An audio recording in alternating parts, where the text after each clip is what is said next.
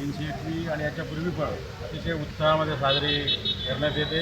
आज रविवार सुट्टी असूनसुद्धा अनेक सर्व समाजाचे विशेष करून वकील मंडळी आमच्या या रॅलीमध्ये सहभागी आहे।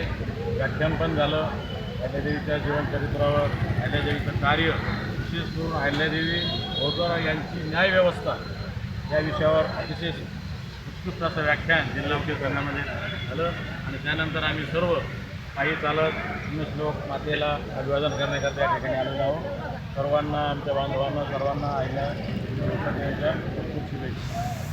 हो अध्यक्ष साहेब, ॲडव्होकेट अशोक कत्रूमुळे जिल्हा वकील संघाचा अध्यक्ष म्हणून कार्यरत आहे। आज राजमाता पुण्यश्लोक अहिल्यादेवी होळकर यांच्या जयंतीनिमित्त कोटी कोटी सर्वांना शुभेच्छा देतो।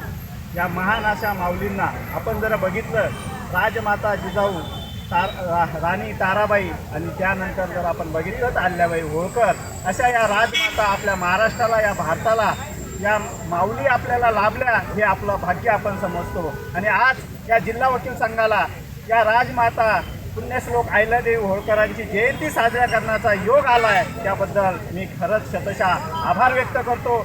माझ्या वतीनं, माझ्या जिल्हा वकील संघाच्या वतीनं सर्व जनतेस, भारतातील प्रत्येक नागरिकास या माऊलींना मी अभिवादन करतो।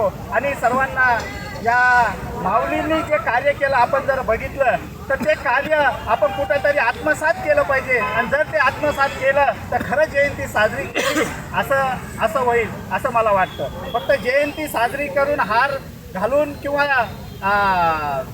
एखादी रॅली काढून नाही, तर या माऊलीने जे विचार आपल्याला दिलेले आहे ते आपण प्रत्यक्षात आत्मसात आणले तर खरं जयंती साजरी केल्या जाईल असं मला वाटतं। परत एकदा मी माझ्या वतीनं, माझ्या जिल्हा वकील संघाच्या वतीनं मी परत एकदा कोटी कोटी शुभेच्छा देतो। धन्यवाद। जय हिंद, जय महाराष्ट्र।